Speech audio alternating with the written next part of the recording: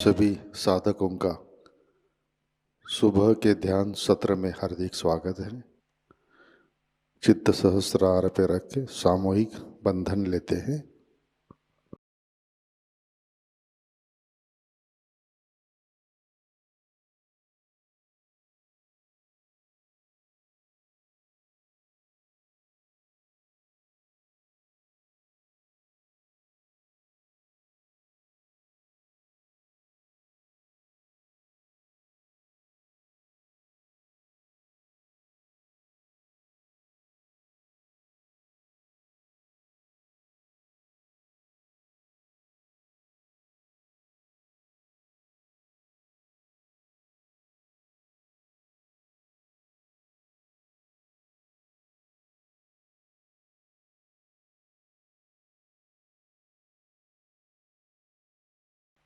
ध्यान की शुरुआत 3 महामंत्र तत्पश्चात श्री गणेश मंत्र से करते हैं।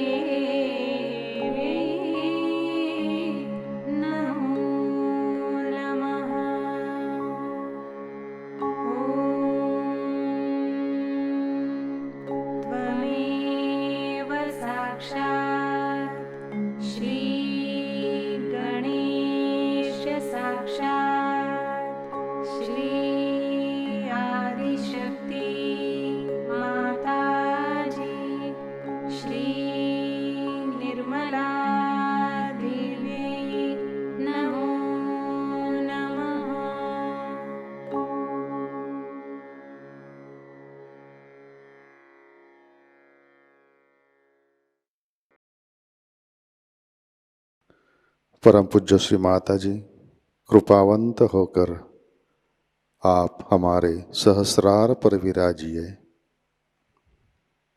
श्री माता जी कृपा कर हमारा आत्म साक्षात्कार दृढ़ कीजिए।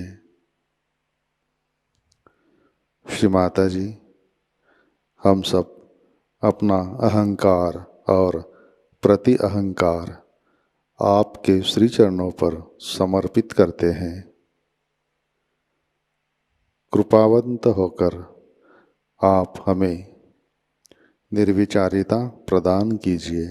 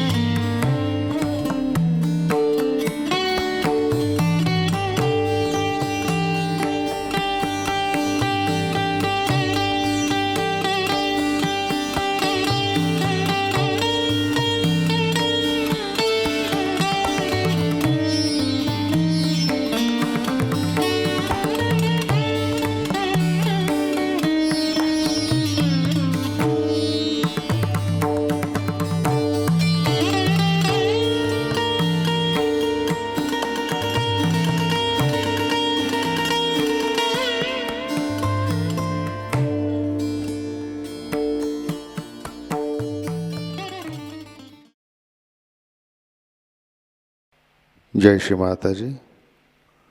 इसी ध्यान की अवस्था में अमृतवाणी ग्रहण करते हैं।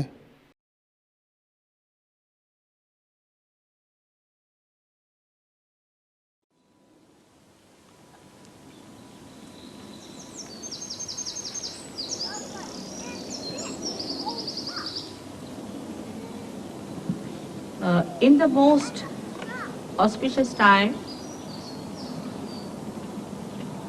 that is called as Krita Yuga, we all have assembled here to understand the ways and methods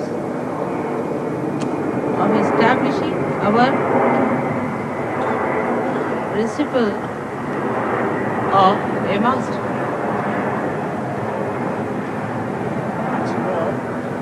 Krita Yuga. Krita Yuga means the time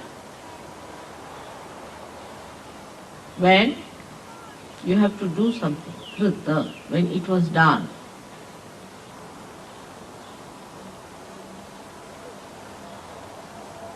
So, you are the channels of that doing the work of God. You are the channels of God Almighty and His power. On one side, you have to carry the dignity, the glory, and the assumption that you are a guru. On the other side, you have to be completely surrendered to your God Almighty.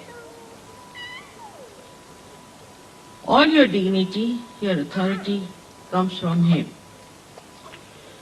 And the third thing is that the way He has created this universe and you in a mood of play, you have to see His play. So, a kind of mood that is cheerfulness should be really bubbling through you. So far, the idea of Guru was that such a person never laughs, never smiles, always in a temper. That was all right for Gurus who did not have to have any contact with the public but hang themselves with a string somewhere in the Himalayas. But here we are facing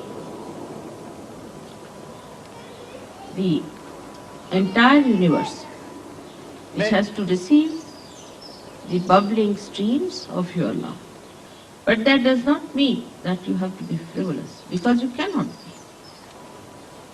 The divine play is not frivolous, it is joyful. And the joy does not have that duality. So, to get to the establishment of your Guru principle, first we should know how it is destroyed. As it is, anything that is not looked after or maintained gets destroyed. If you do not pay attention, say, to these beautiful plants here, they will be destroyed. Even matter which is not attended to gets destroyed. So first of all, we have to know that we must be attentive and alert, that if we do not maintain ourselves, we will be destroyed. Because maintenance is not for maintenance sake. It is for stopping the destruction of your Guru principle. When we are negligent or lazy about it, we are responsible for destroying our Guru principle. So the attention that we have is to be given to the maintenance of this Guru principle. The Gurus have the capacity to maintain themselves and maintain others. In the beginning, when the Gurus tried to establish this maintenance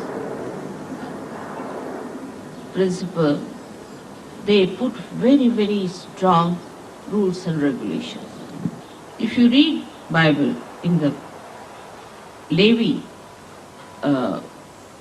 chapter, you will find all the chariots that are described, which they are following now in Riyadh or in the Arabic countries. To maintain that principle within yourself, it's written in such strong languages, like such a person who does not do this should be killed to death. If such a person does anything wrong of this kind, should be killed by stoning. That was at the very beginning. So the people now at that stage of evolution required that kind of a fear. This was not meant to in any way to insult or to harm or to take away the freedom of human beings. But it was meant for people to give a great idea of the importance of the principle of Guru within themselves. At that stage, they used the frightening methods, I should say, horribly dangerous time. At that time, people obeyed also. Then another evolutionary step took place where a stage started. People thought they must become austere and start maintaining themselves by tremendous austerity. So it was self-projected. It was not projected towards others, but projected towards themselves. We can say that the first wave started when the Guru, the primordial Guru, said that if you don't do this, then you will be killed. The second stage was where the disciples accepted this within themselves and started telling themselves that if we do not do it, we'll kill ourselves.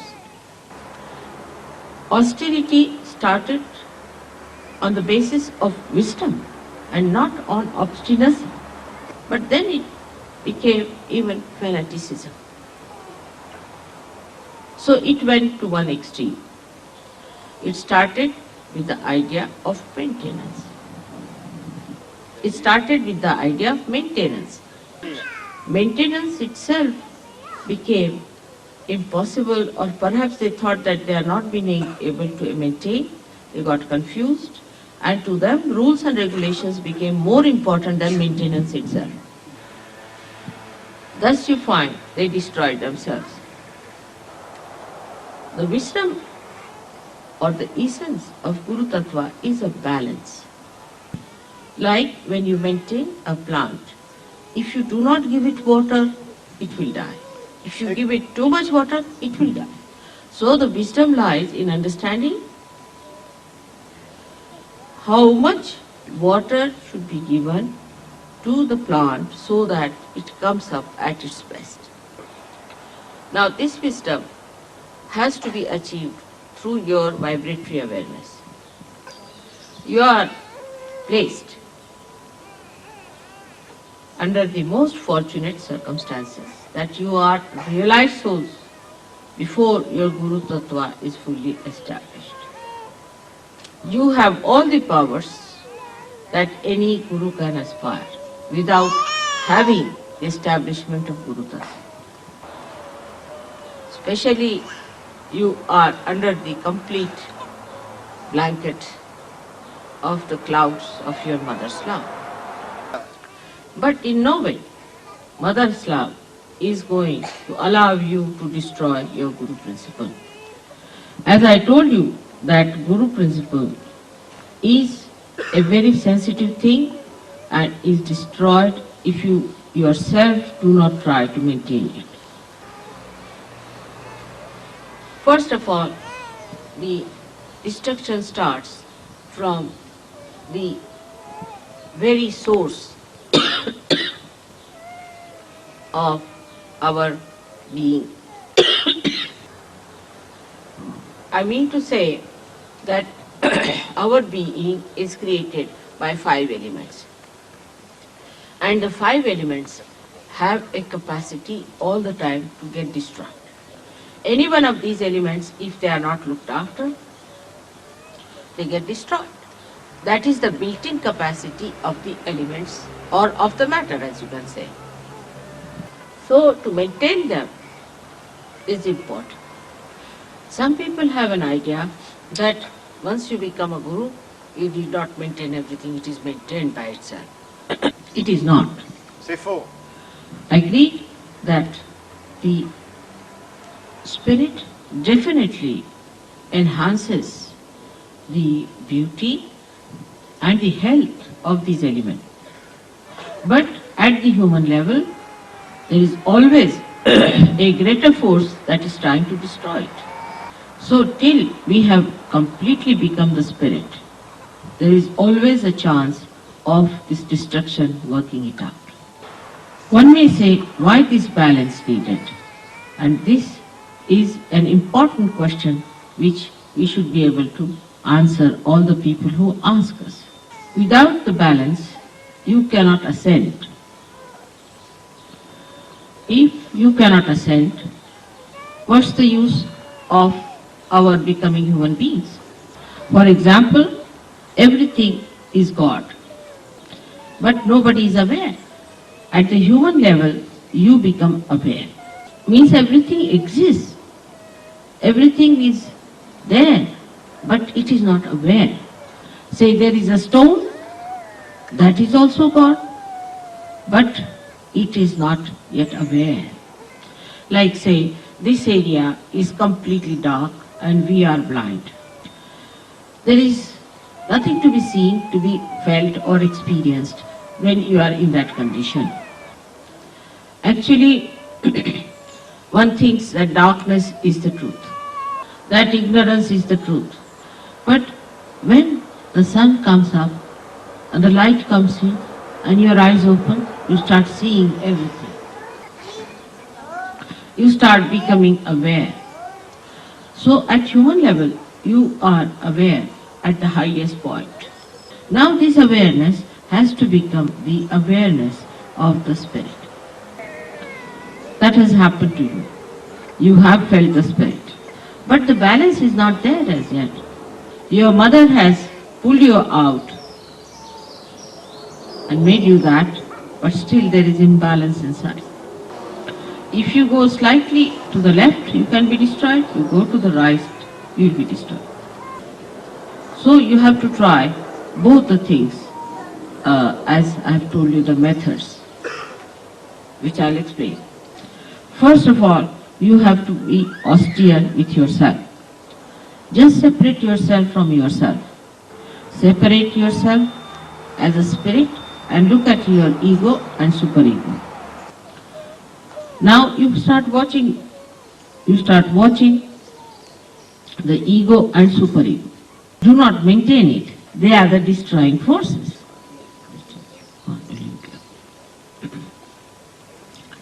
Now when you see the play as a witness of these destroying forces, you will know how to also maintain yourself better. To separate yourself is easier when you take to austerity. The worst thing that elements have done to you is that you have formed habits, all kinds of hangs-on. Some people are fond of bathing, some people are fond of not bathing. Some people are fond of getting early in the morning, 4 o'clock, and singing songs and waking up everyone, and some are good at sleeping till 10 o'clock. Some like very light colored dresses, some like very loud colored dresses. If you are English, then you want to have English style everything. Horrible insipid food.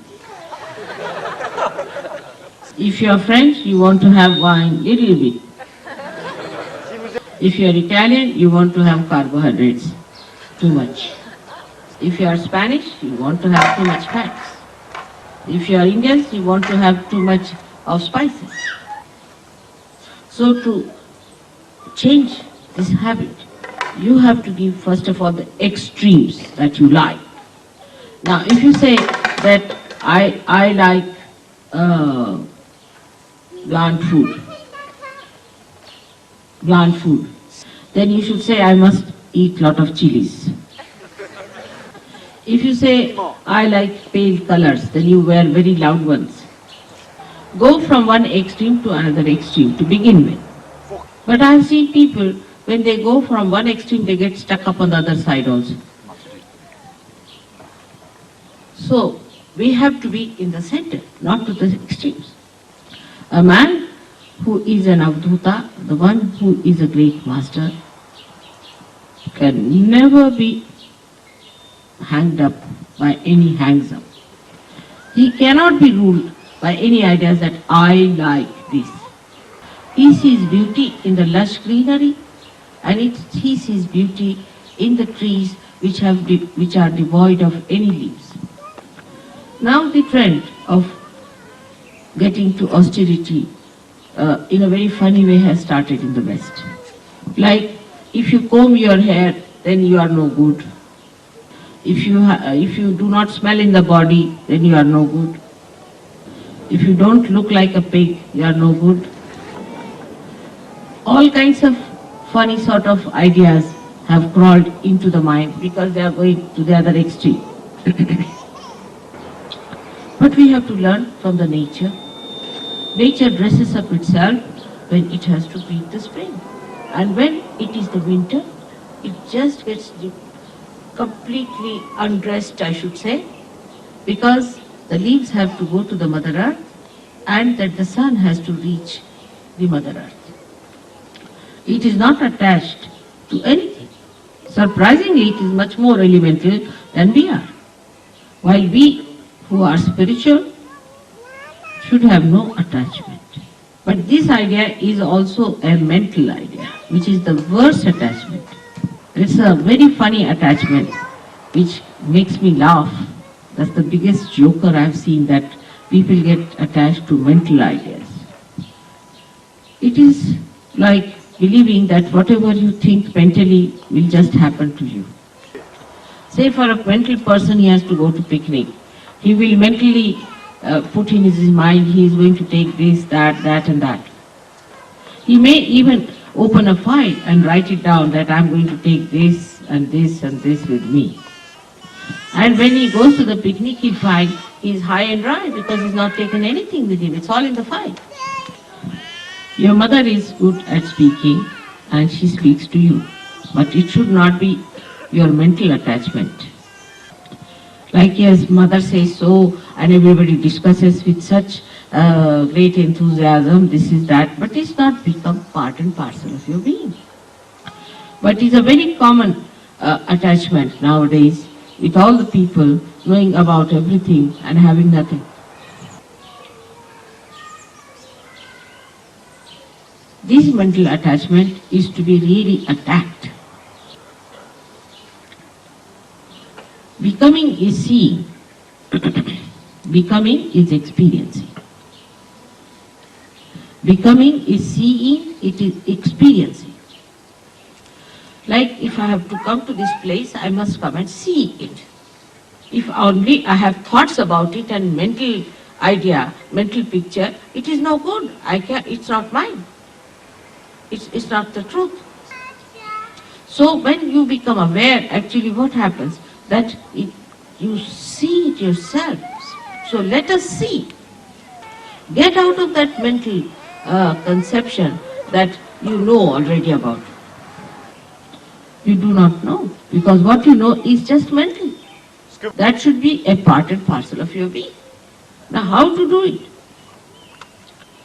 Some will say that we'll just go on being austere about it. Then that will become again another obsession. Some will say, all right, mother has said we should enjoy, so we'll just enjoy.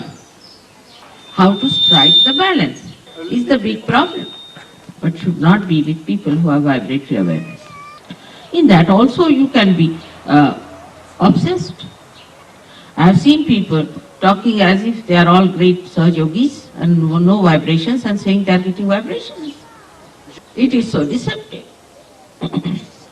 So one has to think that we have to go further and see more and more and know about it.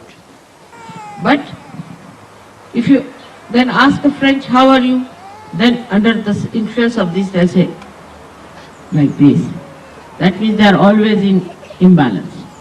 You ask an Englishman, he'll say, don't know. Or they say, I know. There's nothing in between. Now, we have to understand that we are carrying a light in our hand. And the light should not shake. We have to hold the light tight. And we should have a concentrated attention towards the maintenance of the light. And then to tell yourself that we have to see, not to just understand mentally, is to be actually aware, because you are complete otherwise. You are the part and parcel of the whole. You are. But only think that you have not yet seen that. You have mentally accepted, but you have not become. Because mental projection comes from thought. That means you are at the level of the thought. You have to become thoughtless. But if you live on the basis of thought, then you are still below the archangel. So all the thought waves must be stopped to begin with and should say that, all right, let us see now. So from the Nabi chakra, you come up to the Agya chakra. Then above that comes the third problem of destruction, is emotional. The emotional is a very subtle one. Like some people, Sahajogis will sit down with a guitar and will start singing as if they are all lovebirds. What is it? What is it? Come now, come. What has happened? Why do you cry? Come to me. All right. Just take her away. She's got a... So the most delicate one is the emotional. This emotional one is a collectivity in a camouflage. For example, when the Sahajogis will meet, they'll hug themselves, kiss each other, and will be very, very nice to each other, you see, and sit down and sing songs like hippies. Take the guitar in the hand and swing on the tune of love.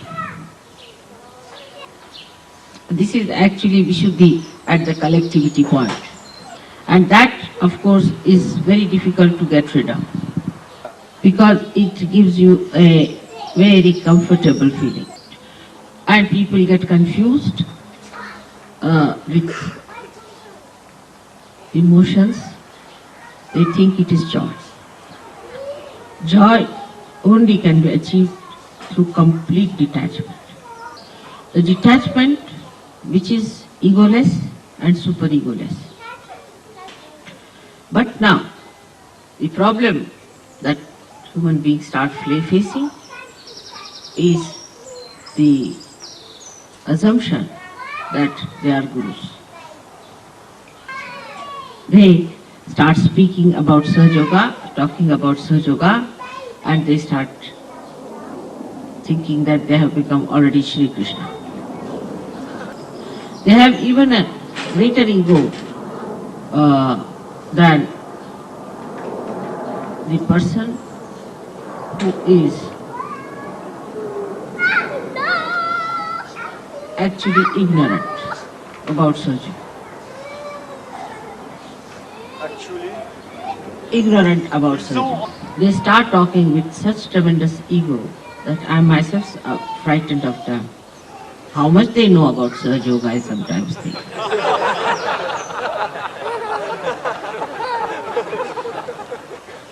And they start asserting it so much that it's frightening. All this can be also said that they feel that protocol is not all right and there should be proper protocol, so we are looking after the protocol, we are the gods of the protocol, or all these things there. Now, those who are on the emotional side see the ego of others, while those who are on the ego side see the emotions of others. So, one criticizes another. But they don't see themselves that they are falling a trap into one of the extremes. So, unless and until you are detached, you cannot see it. I will not say I committed a mistake, but it happened to be a mistake. For the first 3 years of Sahajayoga, I never talked of a booth. I thought I'll be able to manage without that. But a lady came in Sahajayoga who was possessed and who tried all kinds of tantric tricks, so I had to tell her. Now every Sahajogi is a bundle of boots. Chaque Sahajayogi est une gerbe de boot. You ask any Sahajogi, why did you do it? Must be a booth. If you say that, how is it that you have done such a thing, then they will say that I do not know, it's the booth who has done. They are never there, all the booths are there. Now I don't understand how to deal, even as a guru, because if my disciples are there, I can tell them, but if there are booths, what am I to tell them? I can talk to Sahajogis, but not to booths. They won't listen to me. So this is the greatest escape that Sahajogis have found now, which is the worst, which was never before. So sometimes I feel it was a mistake I introduced this word Bhut. They excuse themselves by just saying, Mother, it is some negativity. Unless until there is something in you that contains the negativity, how can there be negativity? If you are detached, if like stone, then you cannot contain this negative water in itself, in it. You don't become more negativity, you become more a guru. Now, when I say that you should not be negative, supposing under such circumstances you should not be a bhut, you should be yourself, then they start feeling guilty. So all kinds of anti-guru tricks are working out. I am your guru, and it is anti your guru to play these tricks upon yourself. Now you will play these tricks with me. What's the use? You have to gain something, and you are playing tricks against yourself if you are playing them against me. You have to be more aware. You are not to be destroyed. Apart from that, you have to save others. How will you do it? In case if you do not accept that it is your privilege, that it is your fortune, that you have been chosen to be the medium of God's work. Sometimes I feel all the bhoots have come to me for realization and I am not going to become a bhoot myself. Jai Shri Shiva. Bhoot also means, Bhutanath is the name of Sri Shankaraj, Sri Shiva. Because he gets after the bhoots all the time. But you have to be the present and not the bhoot. Bhoot means the past.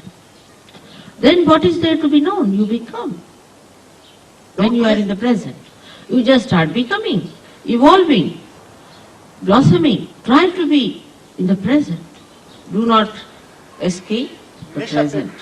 Face it. Don't feel guilty nor blame the bhoot. Both things are going to take you away from the present. Now just see the whole nature, the whole divine power. Your ardent desire of ages. Everything is on your side. The time has come. You are just there. What have we to do? Just stand in the center, at the axis. Try to keep yourself at the axis. And then you just see the periphery moving, you don't mind. When you see yourself misbehaving in any way, punish yourself.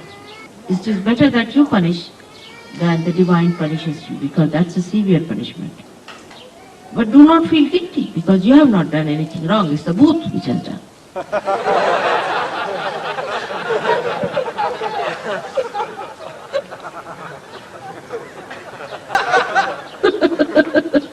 So, we come to the point that we should realize that we are gurus and we cannot be bhoots. We have to change our outside also to become good gurus. For example, we have to learn good manners. Then these manners become your nature. Sometimes people who are very fond of food, I always tell them they should fast. Whatever you are fond of, try to give up. Try to overcome your sicknesses of attachments, your habits. Once your Guru Tattva is established, you will be accepted as a Guru. There will not be any need for you to say that you are a Guru. People will know that you are. We don't have to then write on our foreheads that we are Gurus. People will know that this is a Guru walking. You can see the divinity walking. You can see the dignity walking, the glory coming out. You have to change from within, and the light of that within enlightenment will be shown outside. But it should not be a mental idea or an emotional idea, but should be the happening, the becoming, the awareness You have to experience through your own experimentation upon yourself. Even I do that. When I cannot reach you from one end because you are a bhoot, I reach you from the other. If somebody says he is a bhoot, then I see that he suffers a little Si and quelqu'un faces it, the bhoot in him. For example, I tell someone that please do this, and he forgets completely about it. And he says it is a bhoot that has done. So then he loses his purse, and then I say the bhoot must have taken away the purse. But I experiment with myself. I first see how I should approach you. If it doesn't work out, I try something else within myself, because it's a very tricky time we are with. If we had gone according to the Shariat or the chapter of Levi, all the booths would not have been here. Maybe no Sahajogis might have been left also.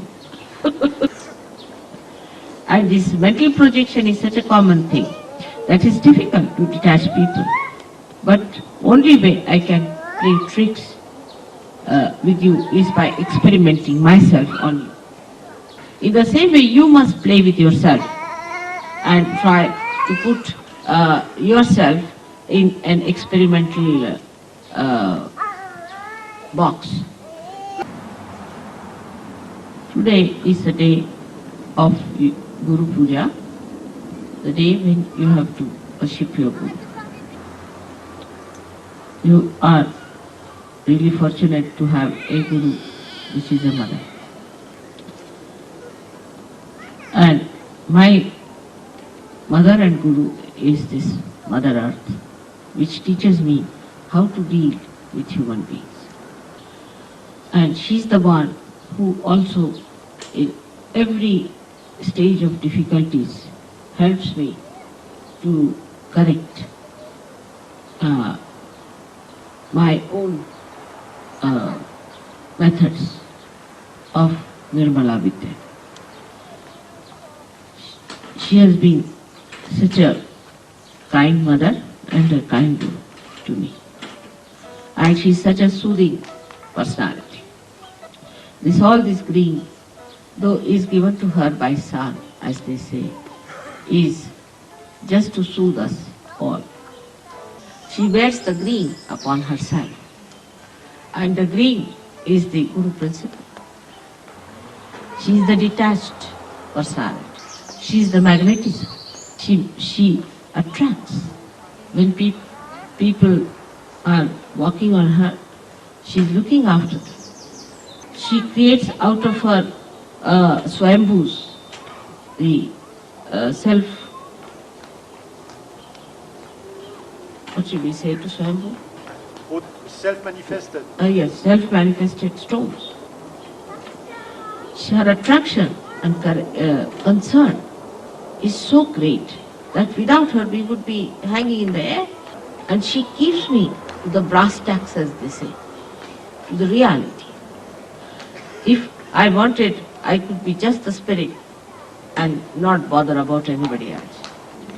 The way she bears our sins, the way she always looks after us and nourishes us despite our so many defects, in the same way a guru should do. She is extremely forgiving, but she explodes as an earthquake, and sometimes hot calcium and hot potassium can come out of her. She produces sulfur for you, for your cure. If England's soil becomes vibrated, then this soil can be used for medicine. In India, people use clay for medicine, for every kind of treatment.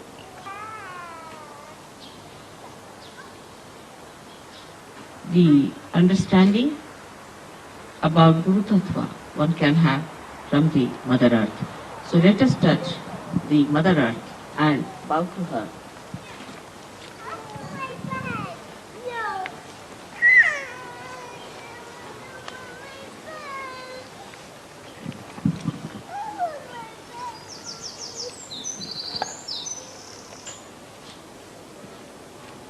May God bless you.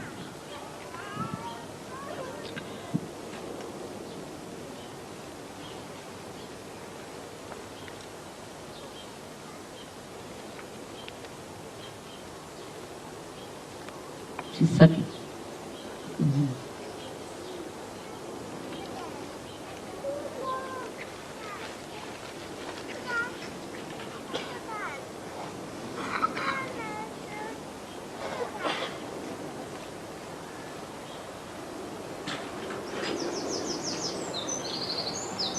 In the Kundalini Shastra, Mother Earth is the Kundalini. Muladhara is the Mother Earth. So, for us, Kundalini is the most important thing.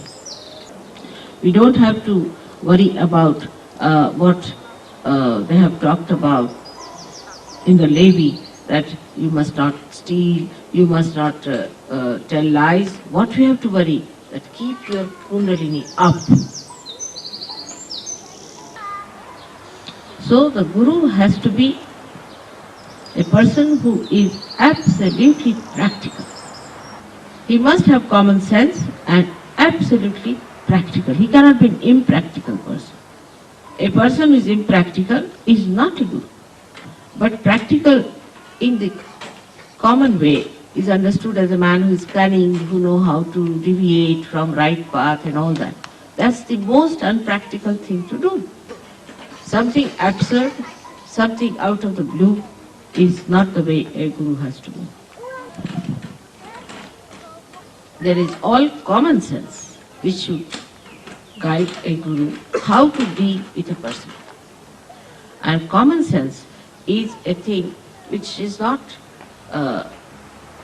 cunningness by any chance. The source of common sense is the spirit. The expression of a Guru is very, very paradoxical. For example, a Guru will be extremely practical, supposing he has to build his own house, or a house, or ashram, or anything. He'll be extremely practical. He'll be very economical. He'll create something out of the blue. People will be amazed how he's done it, so practical. But he'll be so detached that if this ashram is to be donated, somebody in 1 second he'll donate.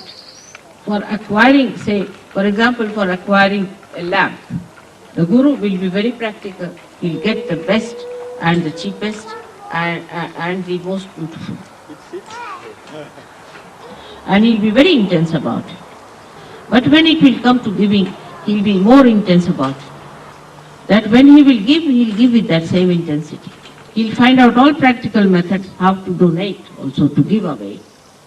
So his acquiring is actually giving.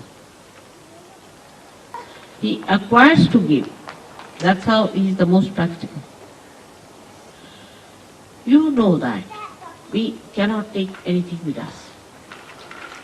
Only the Guru can take with himself. Nobody else can take. Only the Guru has all the disciples and disciples and disciples and disciples for ages who sing the praise. No other relationship is that eternal.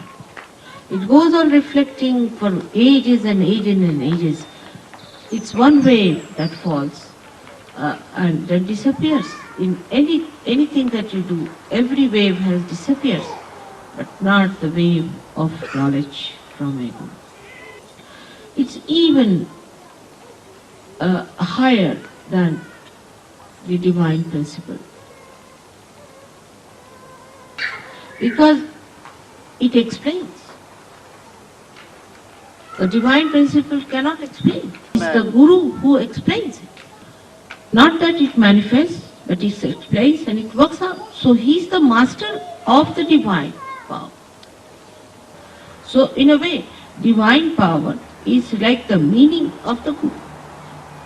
Like the word has the meaning, and the word has the meaning, and the word serves the meaning.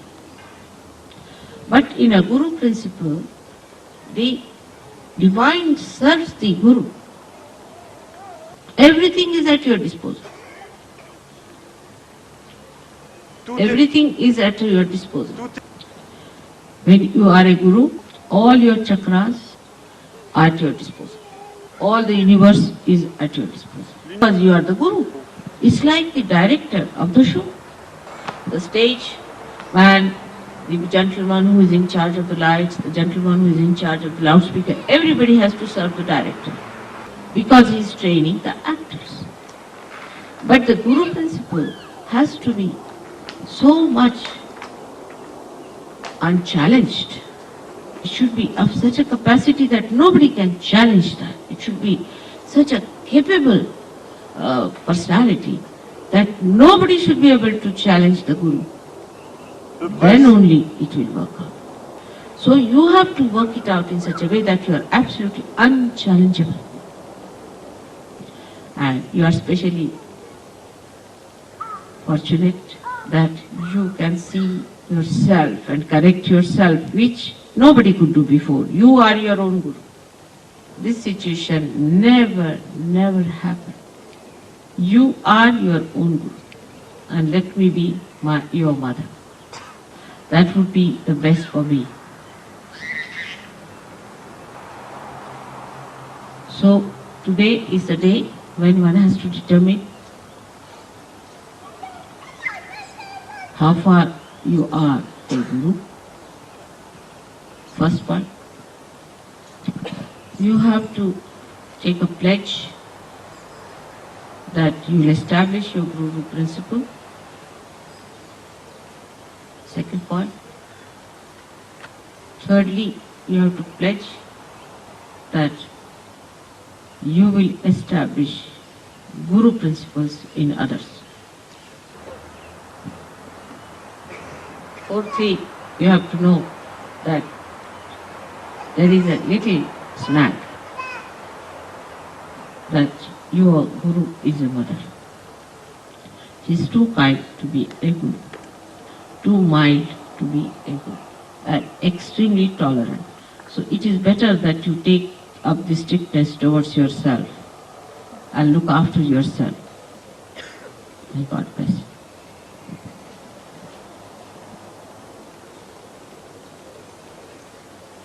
So you become your own Guru. On every Guru day, I have a problem. And one of the problems is, you may translate regards a little more if you don't mind.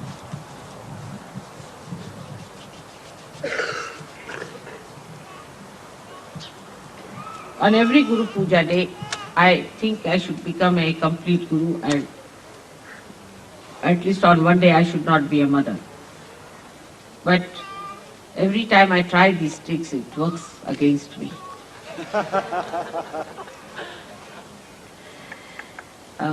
Last year in India, I told them that this time I'm going to be just Guru and you have to only give me a shawl and I will not take any sari and nothing like a mother. And I was very stern with them and I said, at any cost I'm not going to take a sari, whatever you may do. And they were very unhappy because they had bought a sari for me and they said, we have also stitched a blouse and a petticoat, and mother, you must accept, you are our mother also. So they said, I said, I'm going to be very hard like a Guru and nothing doing today, nothing is going to convince me. Because again you become the mother, then the whole thing becomes again that soft business.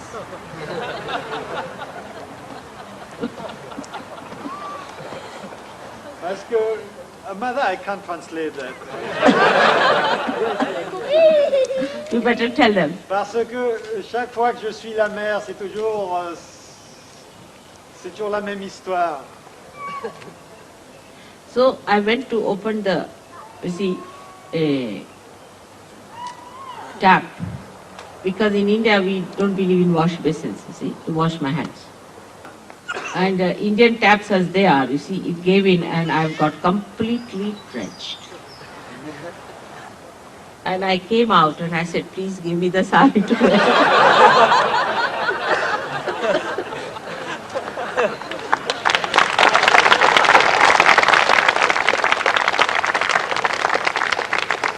day I had decided to be a real guru and a very hard one. Then Warren came to say that, Mother, somebody has bought a sari and this is that and that is that. He gave lots of arguments.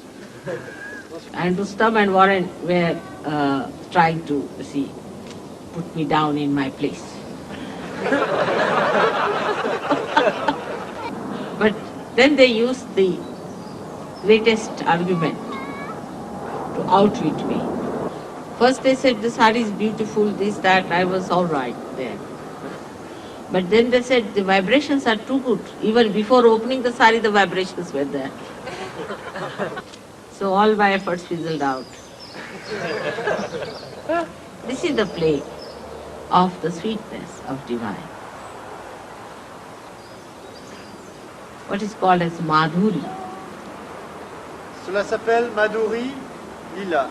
Madhurya. Madhurya means the Ceci s'appelle sweetness. Madhurya. The sweetness. And this is the one. That's such a hide and seek of joy in life. And that is what I have accepted. So first we'll have the Mother's Puja. Et je l'ai accepté. Donc d'abord, nous aurons le Puja de la mère.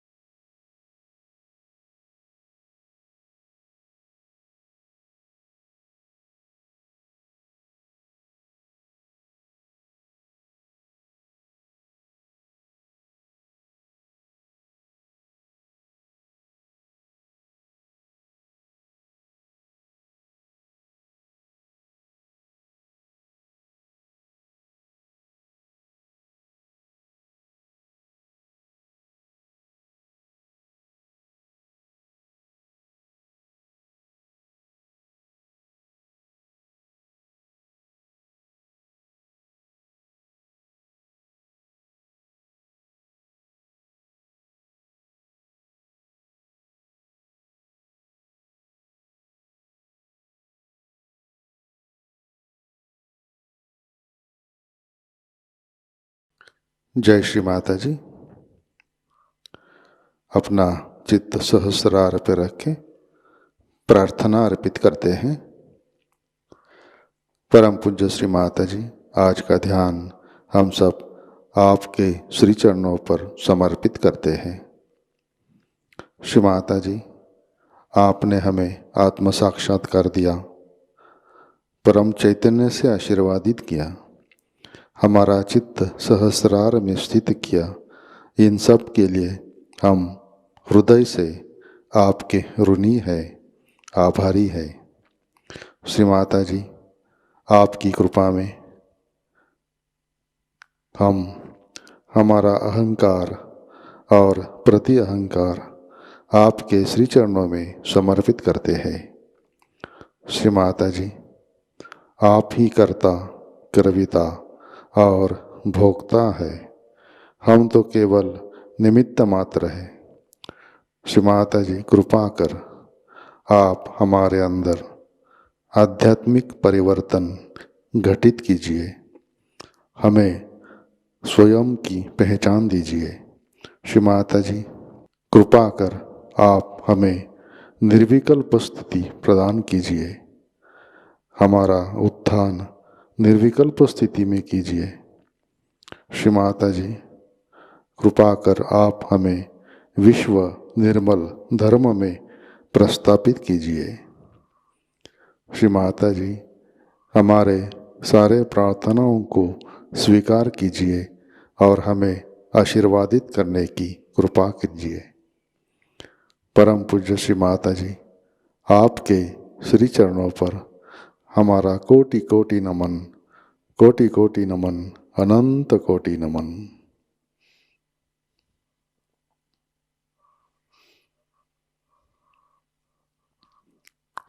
जय श्री माता जी। सामूहिक बंधन लेते हैं।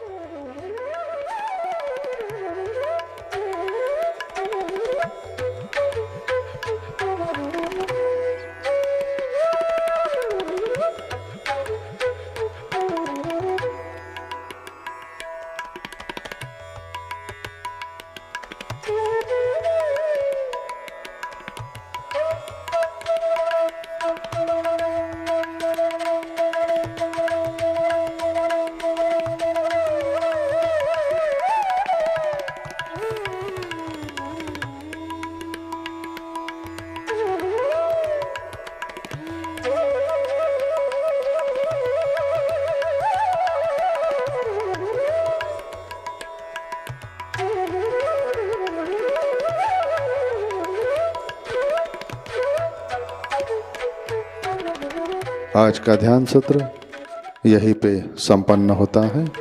जय श्री माता जी।